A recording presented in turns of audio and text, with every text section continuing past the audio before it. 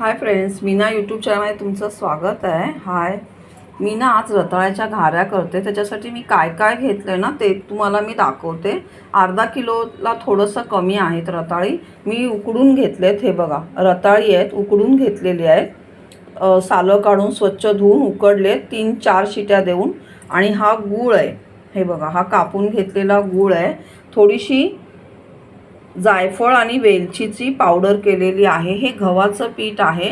2 वाट्या मी गव्हाचं पीठ घेतलंय आणि हे 2 चमचे तांदळाचं पीठ घेतलंय आणि थोडंसं एकच चमचा आहे ना हे घेतलंय बेसनचं पीठ आहे आणि एक चिमूटभर हळद आहे। आता मी हे आणि हे सगळं स्मॅश करून आपलं एकजीव करणार आणि त्याच्यामध्ये हे तिन्ही पीठं ॲड करणार आणि त्याच्यामध्ये जास्त पाणी घालायचं नाही। किती लागतंय ना तेवढ्याच ह्या मिश्रणामध्ये आपल्याला किती पीठ बसतंय तेवढं बसवायचं। एवढं पीठ मला पुरणार आहे, मग त्याच मी जजमेंटमध्ये घेतलेलं आहे। तेच त्याच्यातच मळायचं आणि हाताला फक्त पाणी लावून पीठ मळायचं। ह्याच्यामध्ये पाणी ॲड करायचं नाही। हा जो आपला रताळे आणि गुळाचा जो मिश्रण तयार होणार आहे ना त्याच्यामध्ये चांगला भरपूरपैकी ओलावा असतो। त्या ओलाव्यामध्येच पीठ मळायचं।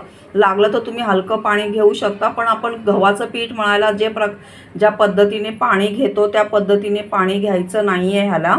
मी झाल्यानंतर पण शेअर करेन। आणि हे बघा मी ना ह्यांना वरती ना खसखस लावते थोडी करताना, खूप छान लागतात आणि क्रिस्पी येतात। ह्याला हे 2च चमचे मी तांदळाचं पीठ घेतलं, जास्त घेऊ नका नाही तर मग कडक होईल। आणि 1 चमचा बेसन पीठ आहे आणि 2 वाट्या गव्हाचं पीठ आहे।